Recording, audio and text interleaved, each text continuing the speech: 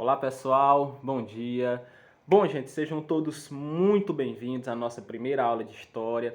É com muito prazer que eu me apresento para vocês. Eu me chamo Leonardo, sou professor de História. Tem até a tela aí que eu deixei para vocês. Olá, sejam todos muito bem-vindos à nossa disciplina de História, mas sejam bem-vindos também à nossa escola. Na semana passada vocês iniciaram, nessa semana continuarão conhecendo algumas pessoas. E no nome de todo mundo que faz parte desse processo que vocês estão inseridos, eu desejo a vocês que sejam bem-vindos, se sintam acolhidos por nós. Eu falo em nome dos professores, coordenadores, de todo mundo que está envolvido nesse processo. Assim, vocês já me conheceram um pouquinho, Ao longo das aulas a gente vai se conhecendo mais, vai conversando. Assim, na maneira virtual fica um pouquinho mais complicado, mas a gente vai desenrolar, tá bom? Aqui é muito interessante que a gente venha para essa parte, que eu classifiquei como fala aí. Mas o que é que quer dizer isso, professor? Nesse momento, você vai deixar nos comentários aí escrito quem é você, seu nome, o que você gosta de fazer, falar um pouquinho sobre você. A gente vai se conhecer a partir desse vídeo. Então, dê uma pausa aí no vídeo, comente, fale um pouco sobre você, o que você gosta de fazer, o que você não gosta. Eu vou parar aqui um pouquinho e vocês comentam, tá bom? Deem uma pausa aí. Pronto? Comentaram, já voltaram? Daqui a pouco eu vou ler e já respondo vocês, certo? Pessoal, mais uma vez, sejam muito bem-vindos à nossa disciplina de História, disciplina que eu amo de paixão e que vocês vão ter que aprender a amar comigo, certo? Para quem não gosta ainda, quem já gosta, tamo junto. Pessoal, nesse primeiro momento, nós faremos uma recapitulação. Assim, uma espécie de revisão sobre os assuntos que vocês já viram, que vocês já conhecem, mas que talvez vocês não tenham visto da melhor forma possível por conta dos problemas que ocorreram no ano passado, Era tudo muito novo, as aulas acabaram, não tivemos... Vocês não estavam ainda na nossa escola, Mas eu falo pra gente mesmo. Tivemos muitos problemas, de relacionar esses assuntos, enfim.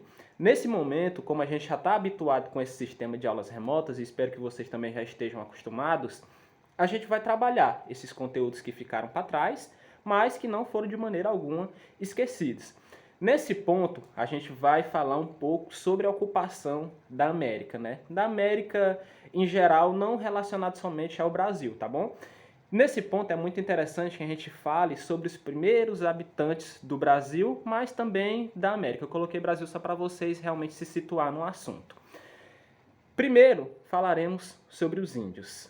Tenho certeza que vocês já conhecem essa cultura, já sabem, já viram alguns índios por aí, mas vamos falar, realmente entender como é que se deu esse processo, como é que era toda a América do Sul, América Latina, quando os europeus chegaram aqui. Realmente essa questão desse descobrimento do Brasil, da América, realmente aconteceu, mas como é que se descobre uma coisa onde já tem gente morando?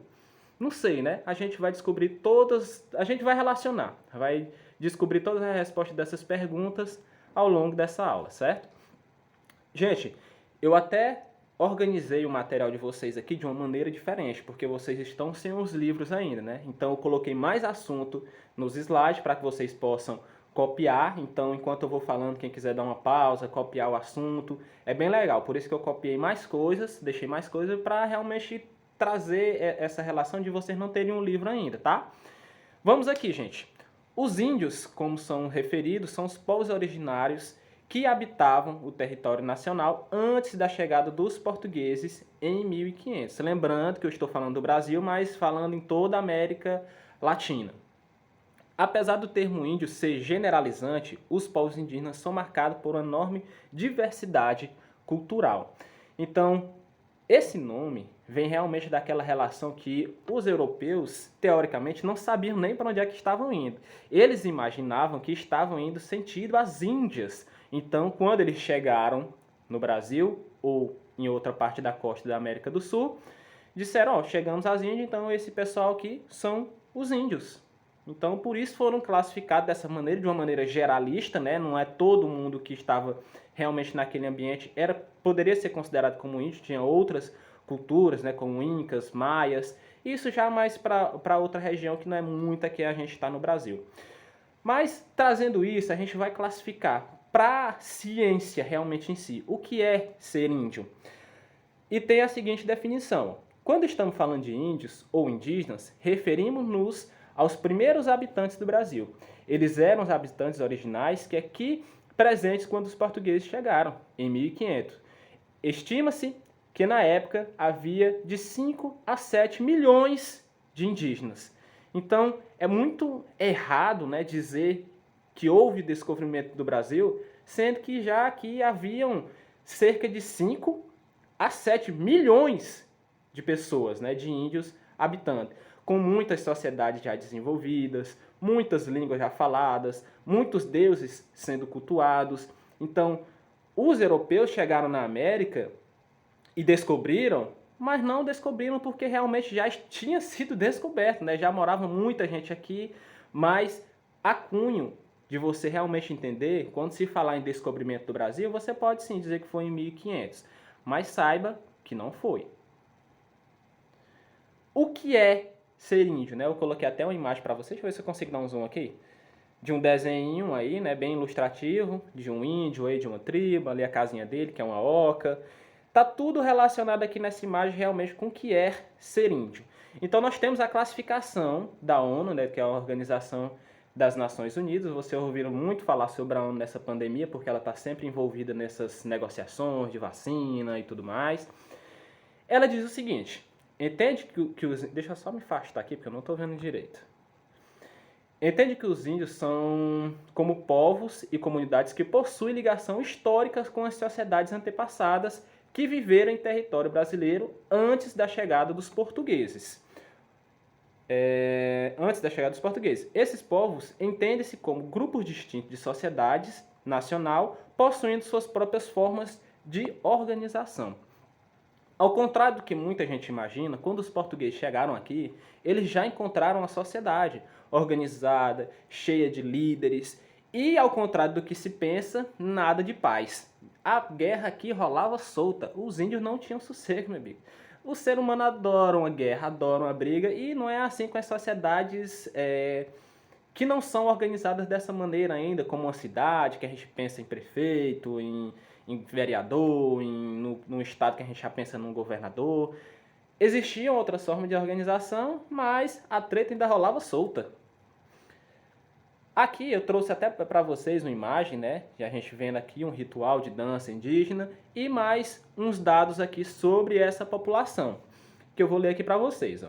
Quando o assunto são os índios, precisamos entender desde o início que não estamos falando apenas de um povo, mas de uma centena de povos que estão reunidos sobre esse termo. A diversidade cultural entre os povos indígenas é impressionante.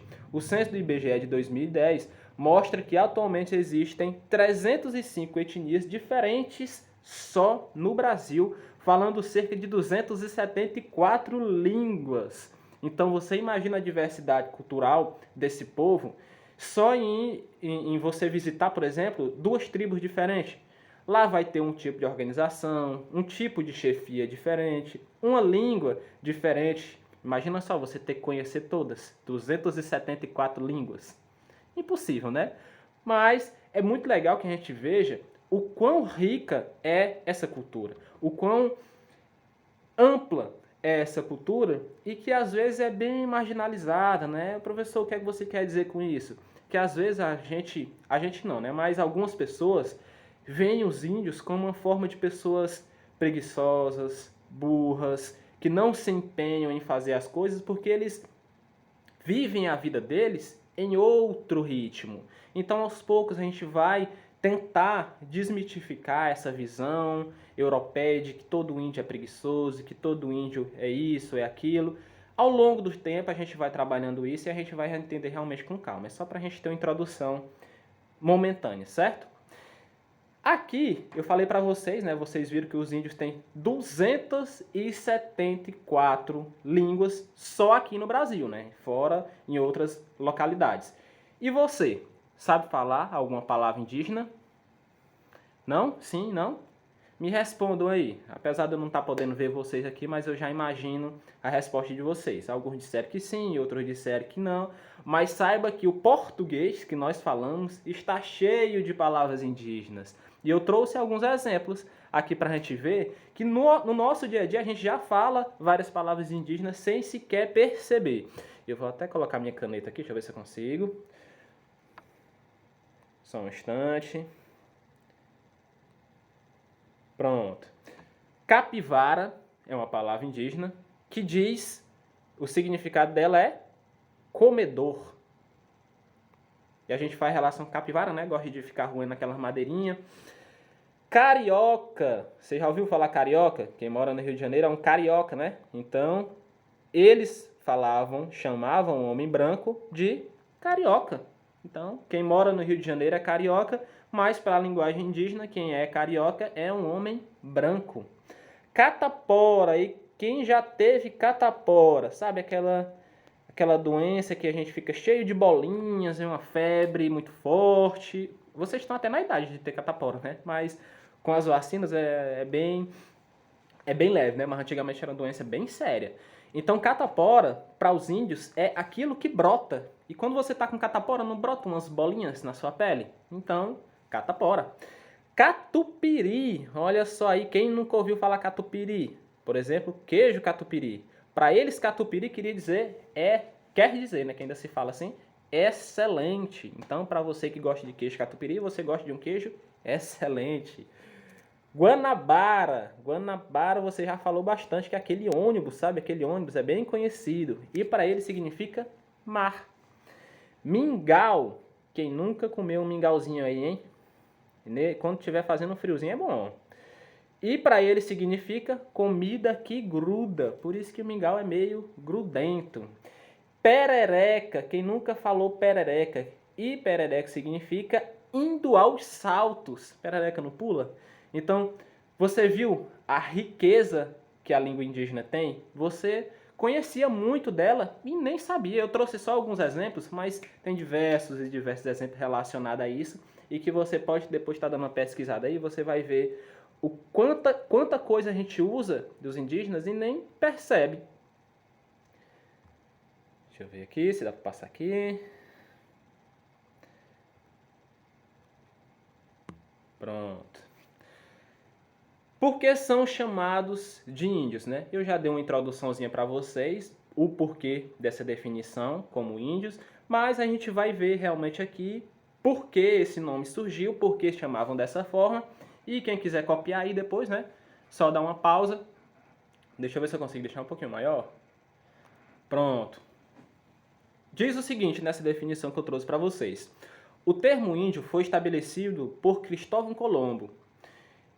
Quando chegou à América, acreditava que tinha chegado às Índias, né? Isso lá em 1492. O termo não foi atribuído primeiramente no Brasil. Como eu falei para vocês, a gente está falando da América Latina. Estou relacionando mais coisa do Brasil, só para ficar mais habitual para a gente. Mas a gente está falando da América Latina inteira e até a América Central. Esse povo demonstra o desconhecimento dos europeus com relação à cultura indígena, pois se utilizam do mesmo termo para designar diferentes povos, assim como o nome índio é um nome genérico. Muitas das vezes esse nome era até usado de maneira pejorativa, né? Quando você queria falar mal de uma pessoa, dizer, ei, seu índio. Mas isso naquele período, né? 500 anos atrás. Até a década de 1970, a utilização dos termos índio ou indígena era considerado por muitos povos indígenas como uma ofensa. Eles não se consideravam indígenas. Olha só essa relação tão louca. Como é que um povo se chama dessa maneira, como é que você chama um povo dessa maneira e ele nem se considera, né? Então o português chegou, o espanhol chegou e diz, seu índio. Aí o índio que estava lá todo tranquilo, né, curtindo a sua vida, cuidando da sua vida, disse, eu não gosto nem desse nome, por que você está me chamando assim? E sabe por quê que eles não gostavam, né? Eu vou até sublinhar aqui, deixa eu ver se eu consigo. Só um instante. Eu vou até sublinhar aqui, ó. Aqui, ó. Considerado por muitos povos indígenas como uma ofensa, uma vez que... Deixa eu sublinhar toda, aí eu leio, porque senão eu vou me perder aqui, porque fica bem pequeno aqui pra mim. Pronto. Não, foi ruim, não consigo nem ver. Pronto, deixa assim mesmo, eu leio e vocês vão entender. Aqui, ó. Por muitos indígenas, esse termo era considerado como uma ofensa, uma vez que lembrava todo o histórico de escravidão, sofrimento causado pelos portugueses, espanhóis, europeus que dominaram esse povo. Então, ser chamado de índio era uma coisa que doía para eles, Porque o índio sofreu preconceito, foi escravizado, amarrado, torturado, morto.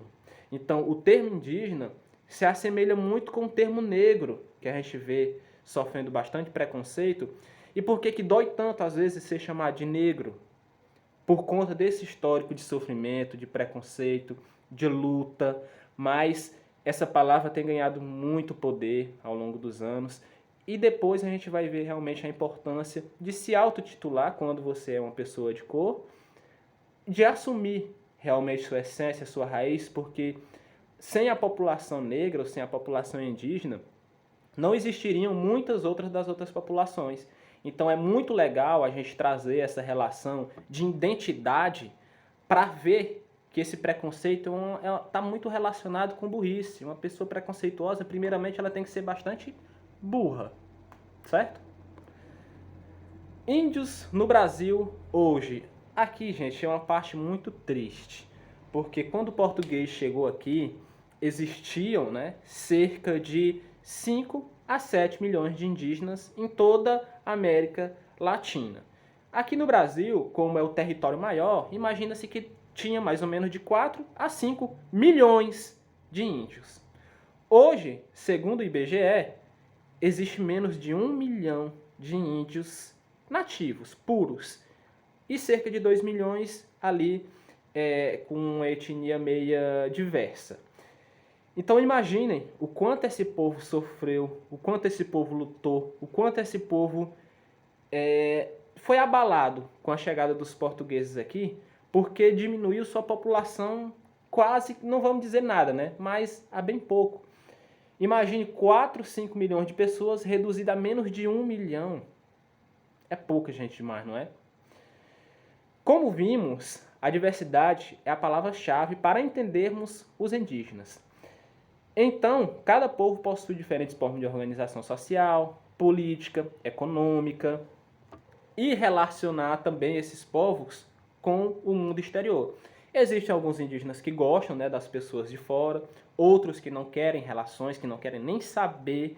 Então, vai muito da etnia, vai muito... São muitas coisas realmente que influenciam, porque realmente é uma diversidade muito grande que a gente encontra nessas tribos. Atualmente, os indígenas passam por um certo processo de retomada, pelo qual eles retomam as suas regiões de origem para exigirem o direito de viver ali e resguardar sua cultura original.